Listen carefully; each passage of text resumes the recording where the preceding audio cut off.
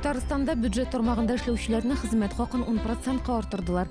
Шул хакта карар Татарстан Республикасы Министрлар Кабинеты сайтында бастырылды.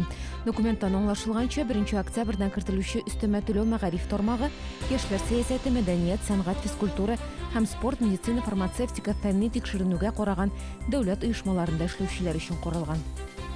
Декабрь аенда 4 сыйныфлар бөтен Россия тикшерү эшләре язачак. Илебезнең 70 төбәгендәге 600 меңләп укучыга математика һәм рус теленнән сынау узарга туры киләчәк. Россоборнадзор җитәкчесе Сергей Кравцов сүзләренчә, бу төрешләр мәктәпләр һәм ата-аналар өчен укучыларның реаль белемен ачыклау инструменты.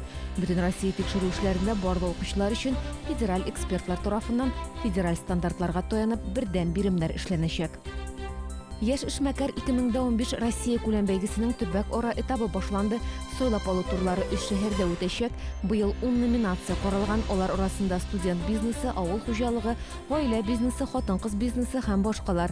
Гаризалар 10 ноябрьгә кадәр кабул ителә. Төп шарт бәйгедә катнашучыларның яше 30 яшьтән артмаска тиеш. Муса Җәлил исемендәге Үзәк китапханәдә пациент мәктәбе дип исемләнгән чара үтте. Ул халыкара яман шеш авыруына каршы айлык көннәренә багышланды. Дөньяда иң киң таралган куркыныч авыруларның берсе күкрәк яман шеше. Күпләр аның белән өлкән яшьтәгеләр генә авырый дип уйлый. Тикшеренүләр күрсәткәнчә, кисәтү төркеменә 25 яшьтән үк эләгүчеләр бар.